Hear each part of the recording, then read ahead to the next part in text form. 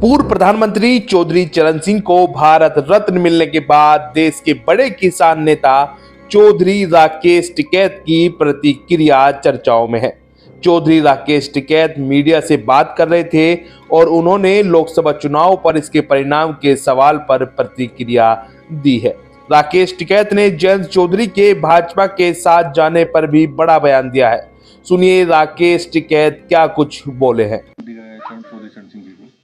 सबसे पहले प्रतिक्रिया आपकी इसमें। बहुत पुरानी डिमांड थी किसानों की कि चौधरी चरण सिंह जी को भारत रत्न दिया जाए। आज वो पूरी हुई है। उन्हीं के साथ में डॉक्टर स्वामीनाथन जी, उनको दिया गया है, पीवी नरसिंह राव जी को दिया गया है। तो जो भी अपने क्षेत्र में अच्छा काम करते हैं, पब्लिकली काम करते हैं, तो उनको मिला है, तो धन्यवाद है। डबल धन्यवाद भी दे देंगे, उनकी नीतियों को और लागू कर दे। आगामी लोकसभा चुनाव पर इसका कोई असर मतलब साथ के साथ ही वोट भी साथ ही मांग रहे हैं क्या? चाहे एक आध घंटा तो हो जाने दो। अभी घोषणा हुई है, अब इसमें वोट में भी इसे तब्दील कर लेंगे क्या? वोट के बदले दिया है क्या? आप ये तो सरकार बताएगी कि हमने वोट के बदले दिया या उनको सम्मान कराया। तो इससे कोई फर्क नहीं पड़ेगा राजनीति में? हमें नहीं पता क्या फर्क पड़ेगा। हमें ये है कि वो इस चीज के हकदार थे, उनको मिला। स्वामीनाथन की कमेटी को लागू करो, अपने घोषणा पत्र में कहा, और उसी की बदौलत ये बीजेपी सरकार आई थी उस टाइम पे। आज तक भी लागू नहीं किया। जयंत चौधरी को लेकर भी कयास जारी है कि भारतीय जनता पार्टी के साथ उनका समझौता होगा। आप क्या कहेंगे? अब क्या पता भाई किसका क्या होगा। पॉलिटिकल आदमी जहां से वोट और सीटें ज्यादा मिलेगी वो वहां पर समझौता करेगा। आजकल का जो युग है वो इसी तरह का युग है, जहां ठीक सीटें वो मिल जाएगी, सब पार्टियां वहीं अपना चले जाएगी। कुछ लोगों का तो ये भी मानना है, कुछ राजनीतिक लोगों का, कि जिस तरह से किसान मसीहा चौधरी चरण सिंह जी को आज भारत रत्न दिया गया है, तो किसान, मजदूर, जाट एकजुट होकर भारतीय जनता पार्टी की तरफ जाने का रुख, ऐसा कोई जो बिहार में आधे रेट में फसल बिखरी है, क्या वो भी चले जाएगा? जो कश्मीर में सेब का किसान बर्बाद हो रहा है, क्या वो भी चला जाएगा? क्या तेलंगाना और जो ये पूरा जो क्षेत्र है जो समुद्र के किनारे है, उनका नारियल बर्बाद हो गया, क्या वो भी चला जाएगा?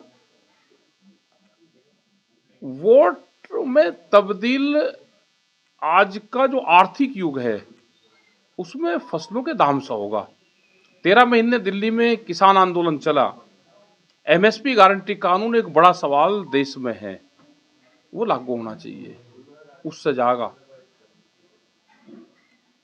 भाजपा द्वारा आज जो चौधरी चरण सिंह उनको भारत रत्न दिया जाना, क्या उनकी उपलब्धि के अनुसार देखा जा रहा है आपके नजरिए से, या फिर आगामी 2024 लोकसभा चुनाव इस पर? भाई चुनाव से पहले ऐसे ना भागते भूत की लंगोटी, ये पॉलिटिकल पार्टी वाले इलेक्शन से ये 2 महीने पहले ही बरसे हैं। जब जो बरसेगा जब ठीक है। अपना सरकार ने दिया तेल पल्ले में गिर, जो कुछ मिला उसे गिर और आगे की डिमांड करो। लोकसभा चुनाव जो 2024 है, क्या लगता है कि जैसे कि चरण सिंह जी को भारत रत्न मिला है, इसमें वोट के बदले ये कह रहा है कि वोट के बदले दिया गया, ये वे भी तो घोषणा ही हुई या बिल्कुल देकर एहसान भी शायद ही कर रहे। उनके विचारों को सरकार लागू करे। जो स्वामीनाथन कमेटी की रिपोर्ट है C2+50 वाला फार्मूला, उसको लागू करें, या घोषणा करते ही वोट भी मांगने लगे साथ ही। वोट के बदले तो नहीं दिया, ऐसा तो नहीं लगता कि वोट के बदले दिया। जैसे चर्चाएं 3 दिन से चल रही है, जयंत चौधरी बीजेपी में जा रहे हैं, सीटों का भाई देखो क्या है कि पॉलिटिक्स उसको कहते हैं कि जहां से वोट और सीटें ठीक मिल जाए वहां आदमी चला जा। हाँ, इसी तो राजनीति के हैं।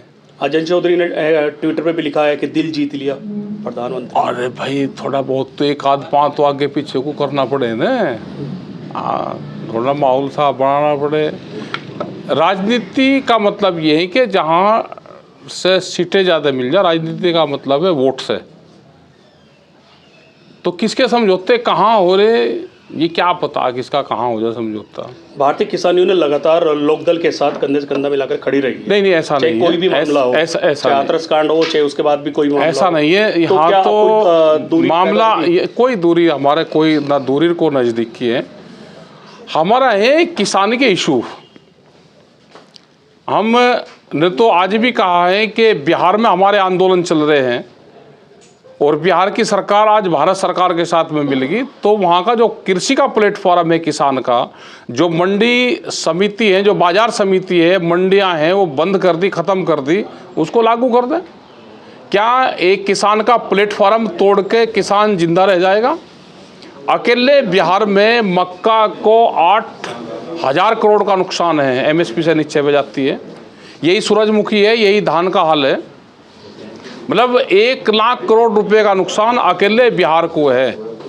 एमएसपी गारंटी कानून लागू हो जाएगा तो पैसा उनका बच जाएगा।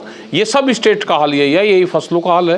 पहले हरियाणा और पंजाब में अपना धान बेचते थे, हम अपनी फसलें बेचते थे। आज बड़े उद्योगपति फसलों की खरीद में आ गए हैं, इसलिए हरियाणा का धान भी नहीं बिकता, हरियाणा की फसल भी नहीं बिकती आज। तो एमएसपी गारंटी कानून का बड़ा सवाल है।